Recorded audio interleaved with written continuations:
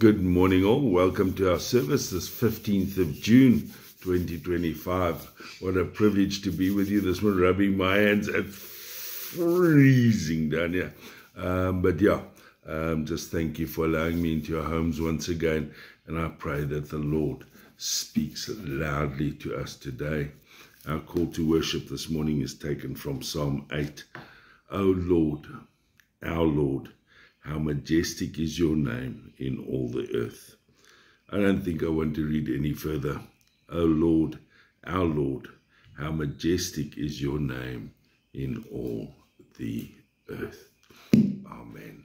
Let us pray. Father God, how majestic is your name.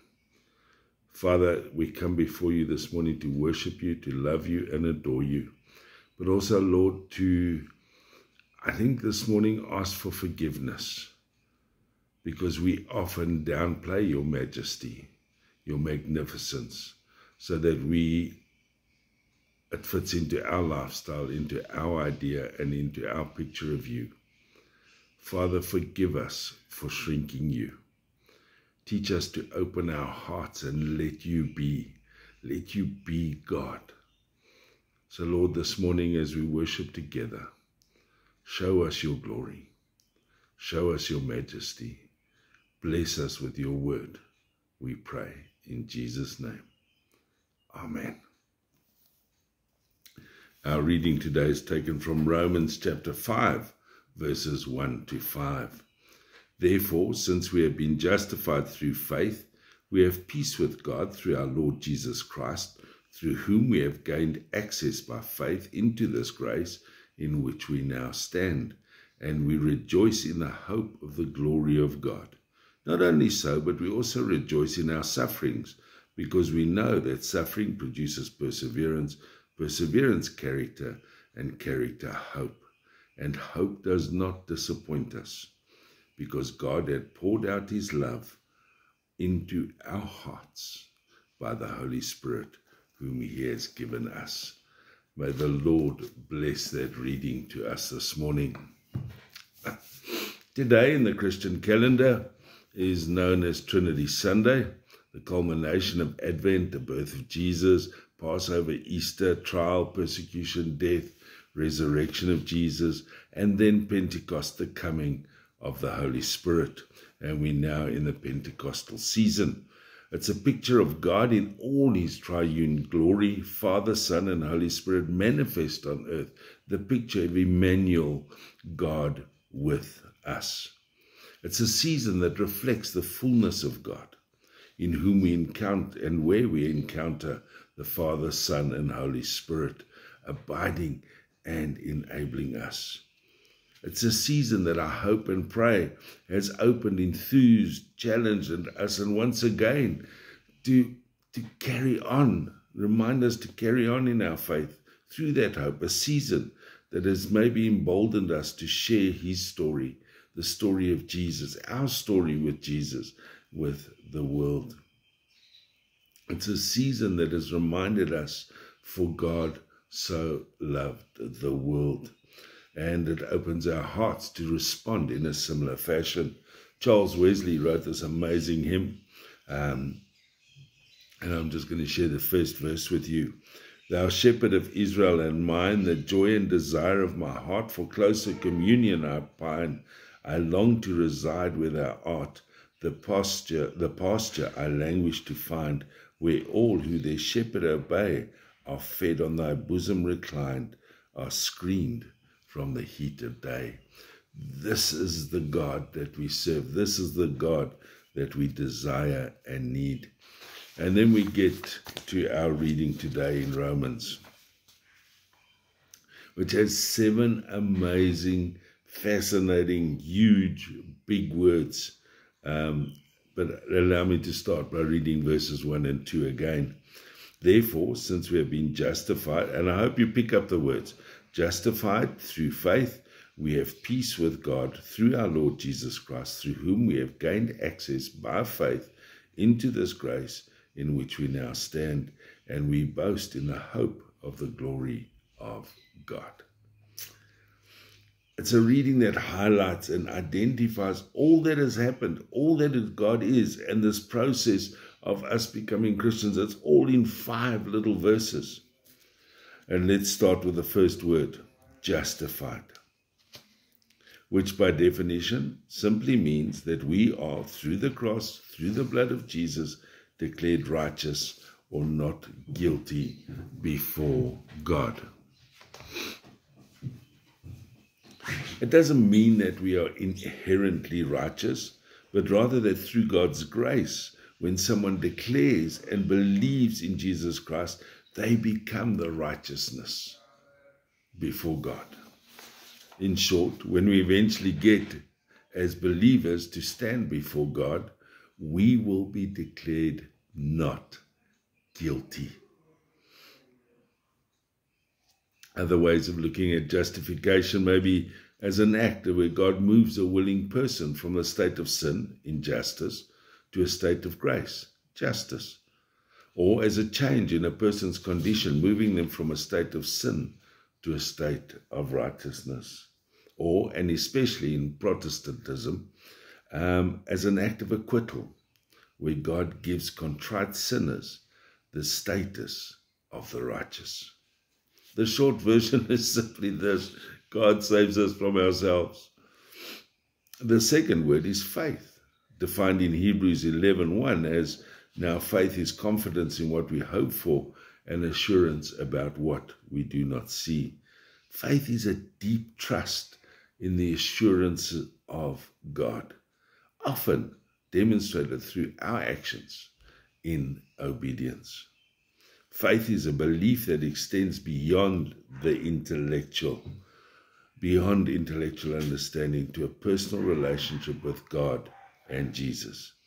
Listen, I'm going to say that again. It's beyond the intellectual, beyond our brain. It's not a head thing. We can't make Jesus a head thing. It's a really deep, and it's about a really deep personal relationship. And then we carry on. A relationship and understanding that brings about the third word, peace. Peace described by Jesus in John 14:27, when he says, a peace I leave with you, my peace I give you. I do not give to you as the world gives. Do not let your hearts be troubled, and do not be afraid. Sorry. It's a peace that Paul describes in Philippians 4:7 as something that we can't understand. It's a peace, he says, the peace of God, which transcends all understanding, that will guard you, your hearts and your minds in Christ Jesus.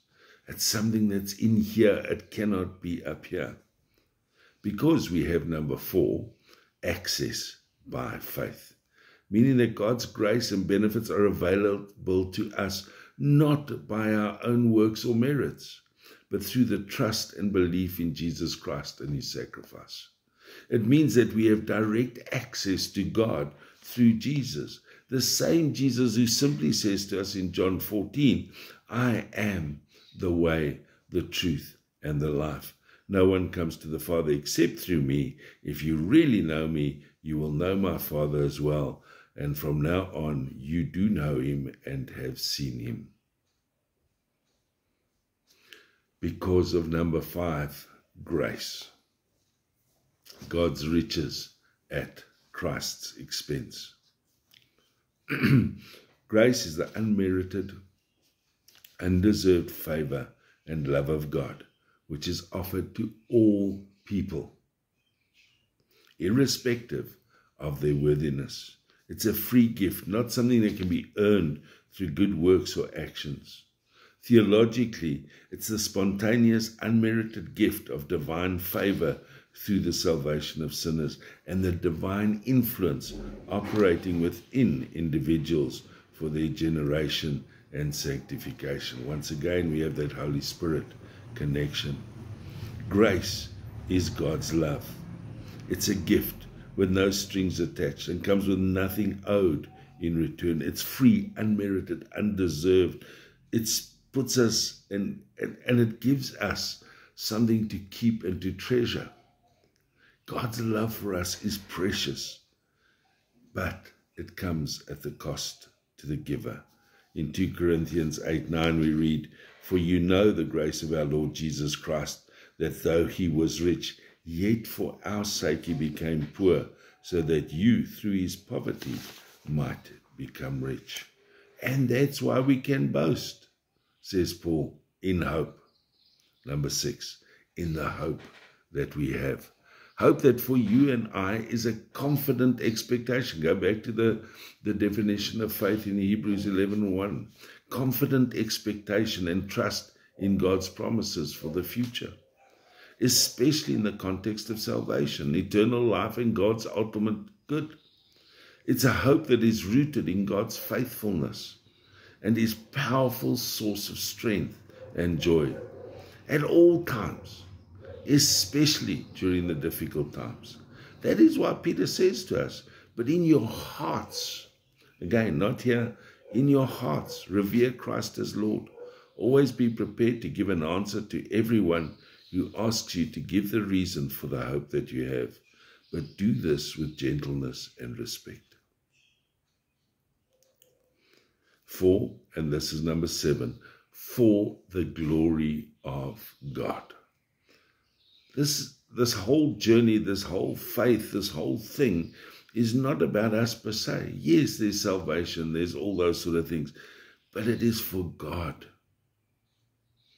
It is so that when we live according to this, to our faith, to this relationship with God, others see that, and in that we glorify him. We may ask this morning, what is the glory of God? What does it mean? The glory of God is the beauty of his Spirit. It's not something outside, something that we can see. It's not aesthetic or material, but it's a beauty that emanates from his character, from all that he is. And that's why I prayed in the beginning, let us stop shrinking God and allow him to be all that he is. The glory of God, which is manifested in all that he is. And it never, ever passes away. It never changes. It's the same yesterday, today, and tomorrow, and will forever be. It is eternal. As I'm preaching this morning, as I wrote this, I thought in a sense this is almost Christianity light, because all of what I've said comes with this thought that there's more. It is so much more. The 7 words, justified, faith, peace, access, grace, hope, and glory, are so much more. They bring so much more. There's so much more to come, and they come with so much more, and can be so much more. As Jesus said in John 16:12-15, I have much more to say to you, more than you can now bear. But when he, the Spirit of truth, comes, again the Holy Spirit, he will guide you into all truth. He will not speak on his own. He will speak only what he hears, and he will tell you what is yet to come. He will glorify me, because it is from me that he will receive what he will make known to you. All that belongs to the Father is mine. That is why I said, the Spirit will receive from me what he will make known to you. If only we would let it be so. And now, just to say this, and please believe me, this is not a come to Jesus and everything will be okay scenario, because our reading continues with a flip side. In verse 3 and 4 we read, not only so, but we also glory in our sufferings, because we know that suffering produces perseverance, perseverance character, and character hope. Our justification, our faith, our peace, our access to grace, hope, and glory is a journey often fraught with obstacles and challenges, false prophets and false teachers. It's a journey that searches our souls, shapes us and molds us, and yes, sometimes we suffer in the process, as Paul says. Look at David, a man after God's own heart, never sailed into heaven. His life was fraught with temptation and sin, strife and anguish. He even lost his son. But God. And in that, he cried and wrote the Psalms, bearing his soul so that we may journey closer to God. and glorify him. Paul says to us today, remember to glory in life, good and bad, because all life, in all of life, our journey with God produces perseverance, character, and hope. Peter simply says, I struggle with this verse, consider it pure joy, my brothers and sisters, whenever you face trials of many kinds, because you know that the testing of your faith produces perseverance. Let perseverance finish its work, so that you may be mature and complete, not lacking anything. Paul then ends with a simple statement in verse 5, saying that all of this is because of God's love, because God's love has been poured out into our hearts through the Holy Spirit who has been given to us. I read this in our Faith for Daily Living this week, and I guess it kind of says it all. Today we cannot live rightly, think rightly, love rightly, or even desire rightly without a gracious God working in us through the indwelling power of his mighty Holy Spirit. We are living in the season of Pentecost, so let us be so. Let it be so. Give the Holy Spirit access. Allow God in. In conclusion, Isaiah 55, we read, or God tells us, in no uncertain terms, my thoughts are not your thoughts, neither are my ways your ways. But, declares the Lord, as the heavens are higher than the earth, so are my ways higher than yours, and my thoughts than yours. And so then why do we limit God?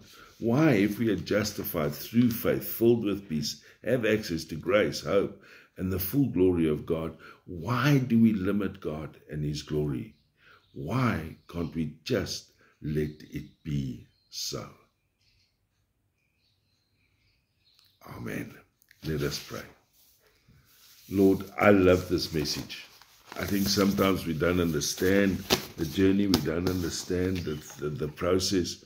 But today, Lord, through Romans, through Paul, through your word, we just heard about the grace, the faith, the mercy, the access, the glory, the power, all of those things that are part of our journey. Father, let us absorb these 7 words. Let us absorb the fullness of who you are and open ourselves to receiving you in your fullness. You in your fullness. Father God, I just had a sense now to pray again, Psalm 8, the opening verse. Help us to remember, Lord, O Lord, our Lord, how majestic is your name in all the earth. Father, let us open ourselves to the wonder of God through Jesus in the power of the Holy Spirit. Amen. Thank you for joining us this morning. I pray that you've been truly blessed, that God has spoken, that you realize that God is so much more, so much more. Be blessed and know that God loves you. And so I say to us all this morning, now may the grace of the Lord Jesus Christ, the love of God, and the fellowship of the Holy Spirit be with us all, both now and forevermore. Amen. Go in peace to love God's world. Amen.